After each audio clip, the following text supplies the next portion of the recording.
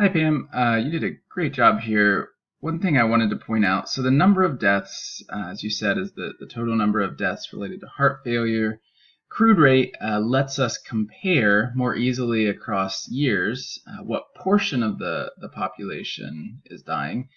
However, just based on demographics, we may have years where a higher portion of the population is old, which are more likely to have heart failures. And it doesn't mean our lifestyle habits or anything related to risk factors are going up. It just means there could be a lot of elderly people in certain years. And that's why they give us this column E, the age adjusted rate. That way they adjust for the portion of the population that's older, the portion that's younger. So this controls for both the size of a population, the country, for example, whether or not it's growing. And it also controls for what portion of the population is old. This is really our best shot at seeing if heart disease or heart failure is going up or down. And the way to do that would be to look at a chart. We'd probably want to look at some kind of line graph. This shows us that age-adjusted rate.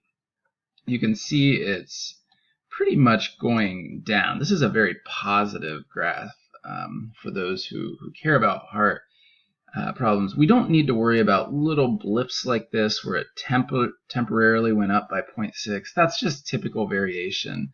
What I see there is an overall trend down. Now at the end it is kind of seems to be leveling out there, but this again could be normal variation. I don't see anything that suggests suddenly we're getting a major trend increasing there.